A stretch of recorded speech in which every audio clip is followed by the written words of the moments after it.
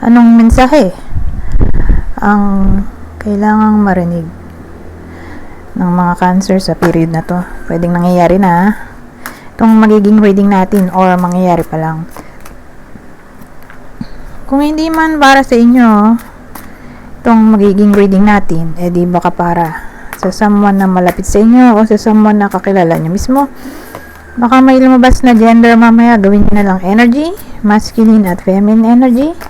Pwede rin naman na wag nyo nang pansinin ang gender. Hindi ko masasabi kung anong magiging reading, kung positive ba o negative, depende sa kung anong mapipick up ang energy. Walang masama kung papanoorin ang Sun, Moon at Rising sign, kasi baka alin man sa mga yan ay mag-resonate na sa sitwasyon nyo. Kaya lang masyadong maliwanag.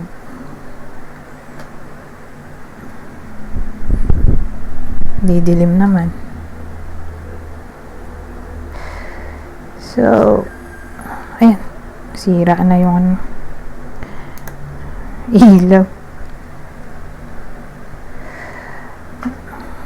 Ganyan na lang. Ayan.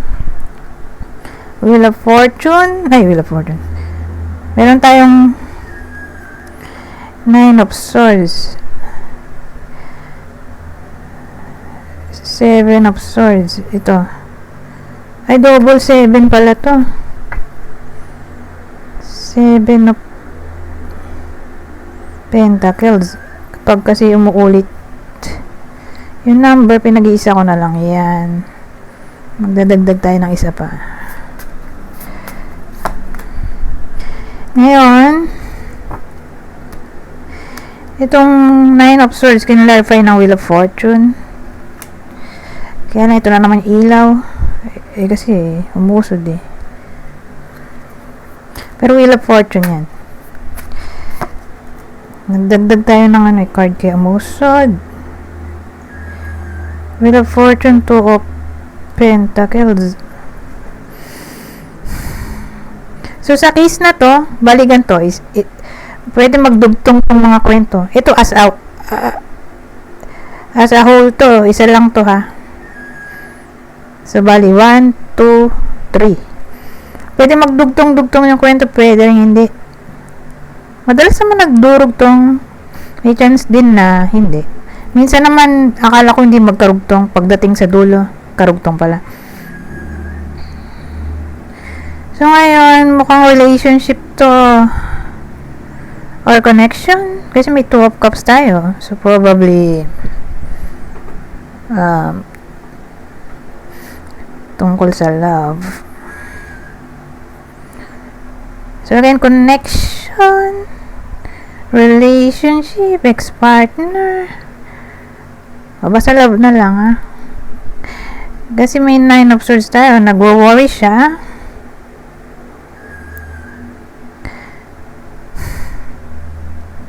Kung maayos pa ba itong connection na to or relationship. Kasi gusto niya magbalik dito yung ka-connection niya. Nagwo-worry siya dun. Ang dating nagmukha tong no contact. Hindi ko lang masabi, hindi ko masabi bakit ganoon. No contact sila. Nag-away. Malamang nag-away sila o maraming dahilan, di ba? Minsan naman, nanlamig lang. Alamin natin anong reason bakit no contact. Kasi hinintay niya dito magbalik eh. So, probably, hindi sila nag-uusap. Nowadays, tingnan natin anong reason. Meron tayong the moon. Sight. At clover. So, anong meron?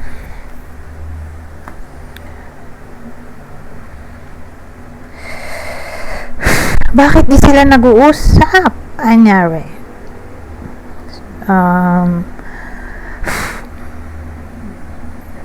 Bakit nga ba?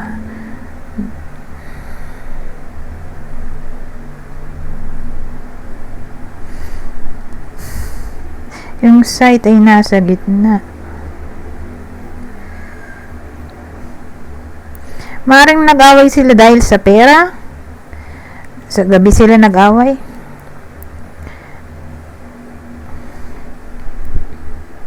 O may unexpected opportunity na hindi nila napagkasunduan.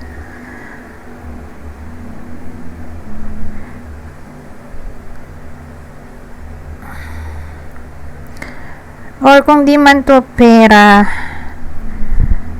ay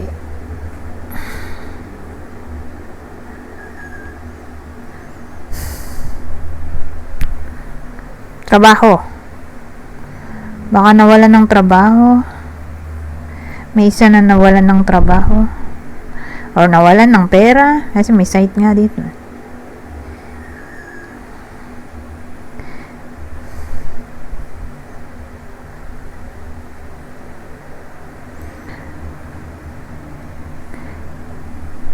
Ito kasi gambling eh. Parang nag-take risk. Ito relationship. Pero may ano tayo no, 7 of Swords. Kaya lang yung 7 of Swords ay dumikit naman dito sa 7 of Pentacles. Iniisip ko kung ano,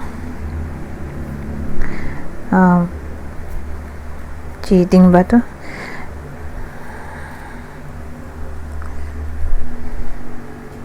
Dagdagan pa natin ng isa para lang maging malinaw sa akin at parang nakukulangan ako ng information. Ship, So, maraming pwedeng case dito. Siguro kaya sila hindi nag-uusap, ay magkalayo sila. Baka long distance relationship or baka nasa abroad or foreigner yung partner.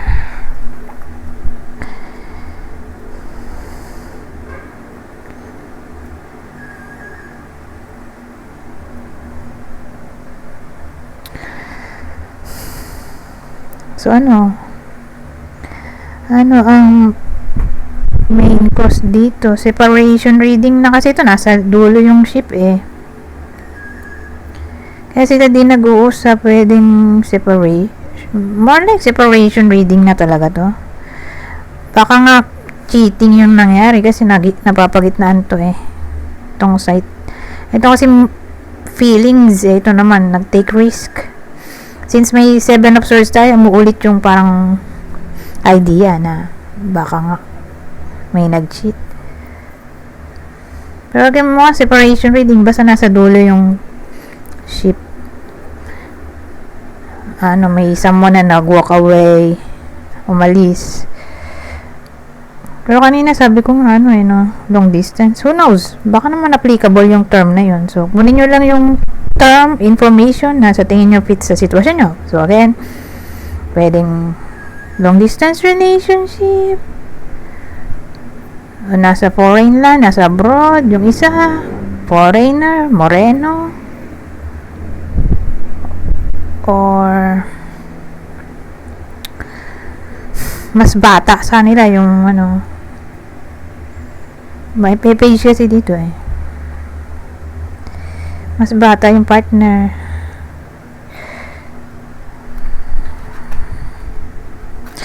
Wow! May cheating na nangyari. May someone na naglaro ng apoy or ng feelings. Ngayon,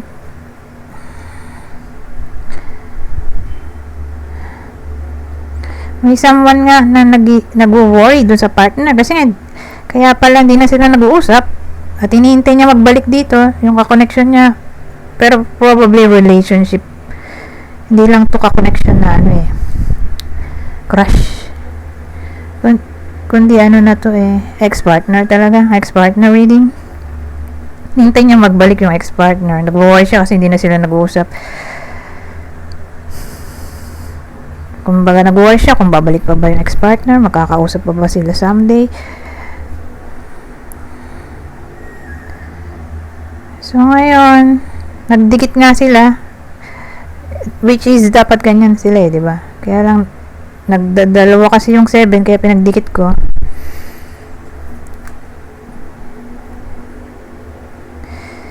So doon ko na rin kinuha yung idea na baka nga may cheating kasi may 7 of swords. Kasi inisip ko baka pera, pinagawa ng pera, trabaho, pero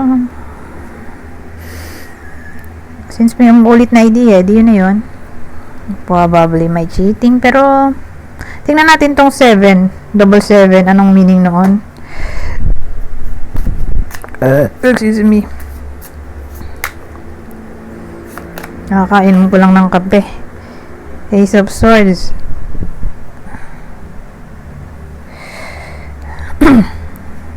Dalawin ko ba tong clarifier?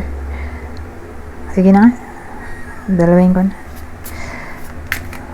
So, tingnan natin kung magdurog tong yung kwento o hindi. Or iba na ba to? Tong part na to. Kasi nasa second card na tayo. Na nagdikit nga. So, 1, 2, 3.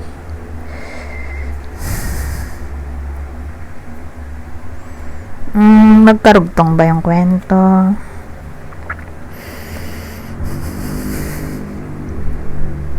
Ito, 7 din pala to. 777 tayo. 7 of Swords. 7 of Pentacles. Ito, 7 of Wands. Ano to? Eh, 7 pa rin. Nag-clarifier pa ako. 7 din pala. 7 sila lahat eh. Eh, di 7 plus Ace of Swords.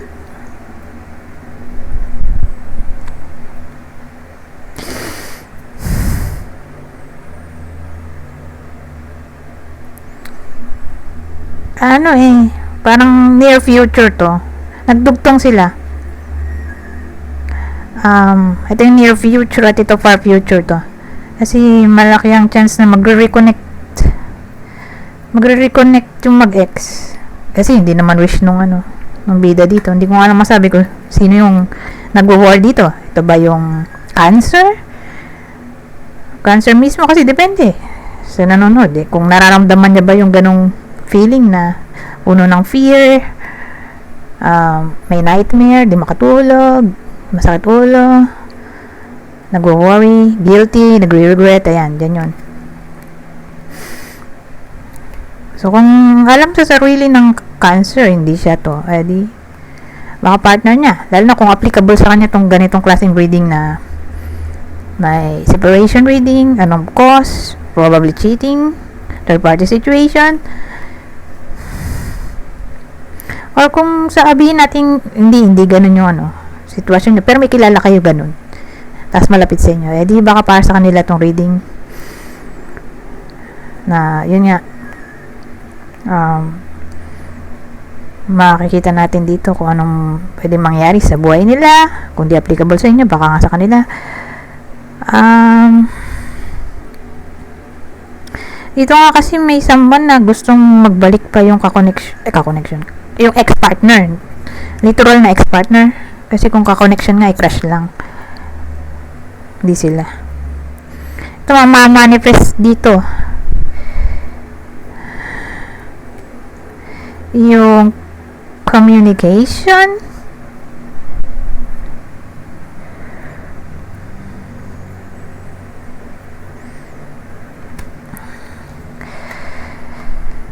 Ngayon, dito na tayo.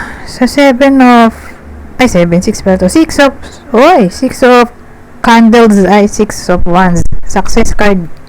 Kasi yan, di ba, victory. Tingnan natin. Anong klaseng success yan? Victory. 7 of wands. 6 pala. 6 of wands. Nasanay na ako 7 kasi 777 kanina. So, game. Oy, the lovers, 6 of wands plus the lovers. 6 ulit. Double 6, 6 of wands. 6 of swords naman. So, double 6. So, 6 na. 6. Ito tabi ko lang to. Tayo ko ng masikip. Hindi ako makapag-isip pag magulo. Magulo yung paligid. O madumi. So, again, double 6 plus the lovers. Ito na yung far future natin. After ng reconnection, ano pang pwedeng susunod na mangyari. So, ang dating sa akin, baka maging close sila ulit. Malaki ang chance ng reconciliation dito. Pero hindi siya agad-agad. Kumbaga, dadaan muna sa closeness. Magiging close sila ulit bago magiging sila. May iba kasi na after ng reconnection sila ulit. Kasi ganun dating dito, may reconnection, go-usap sila ulit, magkikita. Pero hindi sila agad magiging sila ulit. Kasi syempre, mahirap yung pinagdaanan nila dahil nga nagkaroon ng third party. Hindi mabilis magpatawad or di ganun kabilis ibalik ang trust, diba? So, ganun ang dating dito. Para maging sila ulit, kailangan mag-effort nung nagloko or nag-cause ng pain. Kailangan niya ma-win back yung trust ulit ng victim dito or nung nasaktan. Kumbaga, back to zero sila ulit. Pero at least, walang hatred. Kumbaga, ang dating dito magiging in good terms sila ulit. So, pag in good terms, ibig sabihin, back to friendship, or closeness, or nagkaayos sila pero hindi sila as lovers ulit. Kumbaga,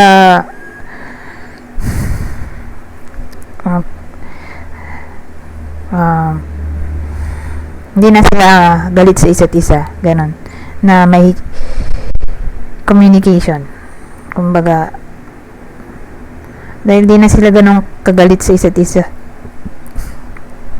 magiging madalas ang pag-uusap nila.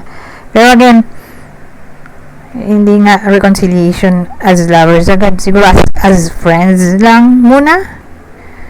Ganon. Dito sa far future.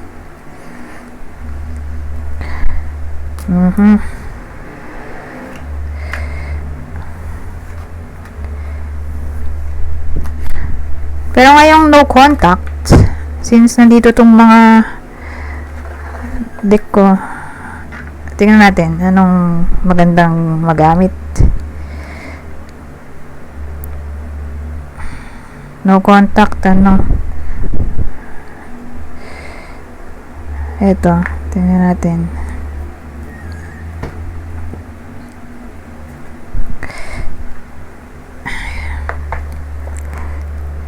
Bihira ako naman gamitin tong oracle cards sa game. Maiba lang. Anong mensahe nung partner dito, kasi no contact sila eh, 'di ba? Ngayon na hindi sila nag-uusap, anong mensahe niya?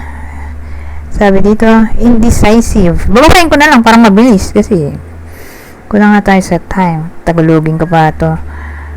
Dali naman siyang intindihin, basic English lang to. Sabi, indecisive. I know my inability to make a decision hurts you.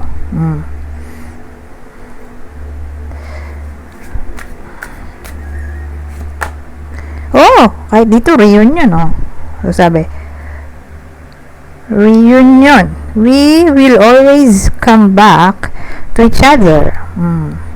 Diba? Kahit dito, sinasabi yung possibility ng reunion. Kahit siya, gusto niya pa ng reunion. Kaya malaki ang possibility. So, sabi, daydreaming. I am always longing for you. So, pag ganyan, miss.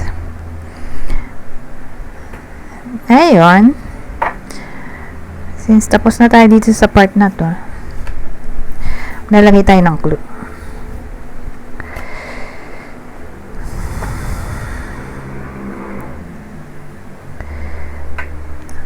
Ito yung possible partner ng Cancer sa reading na to. Teka, ayusin ko lang din to. Tapos na ako dito sa deck na to.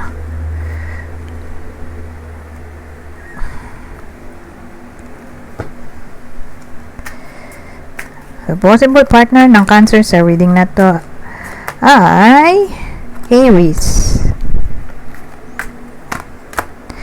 Aquarius, Capricorn. So, ulitin ko, Aries, Aquarius, Capricorn. Ngayon, kung di man para sa inyo yung reading natin, yung clue, eh di baka para sa someone na malapit sa inyo, kakilala o idol, ito ang possible zodiac sign niya. Gemini, High Priestess, Cancer to, the Moon. Ito Capricorn. So, again, kung di para sa inyo yung reading kanina, eh di baka para sa someone na malapit sa inyo, kakilala o idol, itong possible zodiac sa niya. Gemini, Cancer, Capricorn.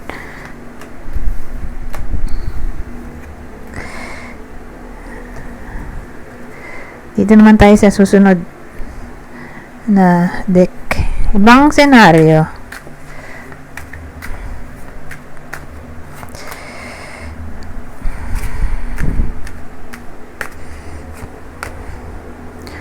Oh. Eh pag ganito, depth at communication, ang dating sa akin, may heart-to-heart conversation na maaaring mangyari or lumalim depth lumalim ang communication. So pag gano'n nagkapalagayan ng love, case to case basis, sabihin natin kung single, di may someone na mag-open up ng feelings sa kanya, whether love interest yan o friend. Parang malalim yung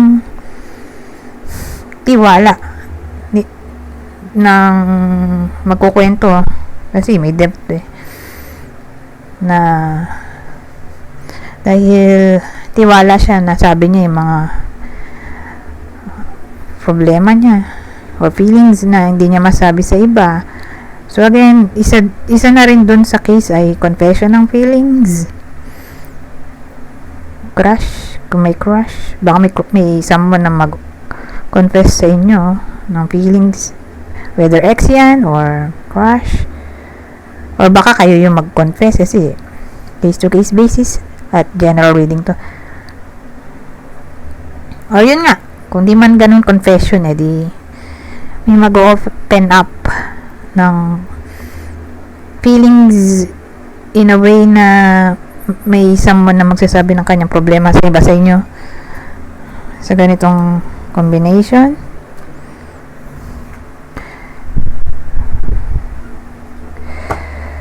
Or heart-to-heart conversation.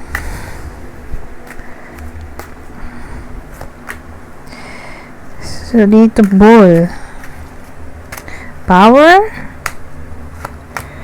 Slow. Take it slow. Depende na ba ito? Power, slow. Case-to-case basis. Sabihin natin, empower na yung iba sa inyo. May self-confidence, self-esteem, may sense of control, authority sa sarili, sa ibang tao. Take it slow. Kasi, syempre, lahat ng sobra ay masama. Lahat ng kulang ay masama rin. Ano ba yan? Dapat lang, balance. Pero kung ang case walang self-confidence, self-control, self-discipline, walang self-esteem, di slowly but surely tataas din yun, yung power. Don't worry. Kumbaga, tataas yan kung magkakaroon ng self-worth.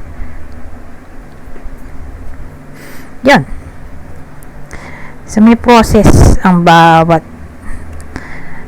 sitwasyon. Hindi siya agad-agad. Kaya, may slow dito. Slow process. or slow in a way na mag baby step. Kung di kaya agad-agad, diba? Sino bang kaya na maging malakas agad, diba? So, kung binubuli sila, edi magkaroon ng small steps o baby steps para ma-defend ang sarili. Ganun dating. Kasi may bully. Naisip ko bully. May someone na powerful in a way na binubully yung iba sa inyo. So, kung di nga kaya harapin agad, edi step by step yan. Karoon ng initiation na yun nga, i-bring ang power sa sarili. At least nagkaroon ng movement kahit slow. Ganun dating. So again, take action in short. So again, case to case basis. Anyways, dito naman tayo sa susunod na deck ko. Babasahin ko na lang tong part na to. Kunin nyo lang ang mensahe na sa tingin nyo ay fit sa sitwasyon nyo. General advice at prediction yung makukuha ko dito para sa period na to. To twin flame,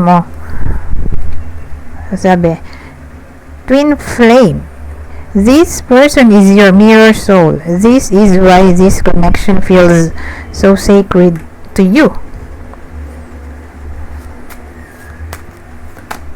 Ito, nothing has gone wrong. Trust the process. This connection is divinely timed.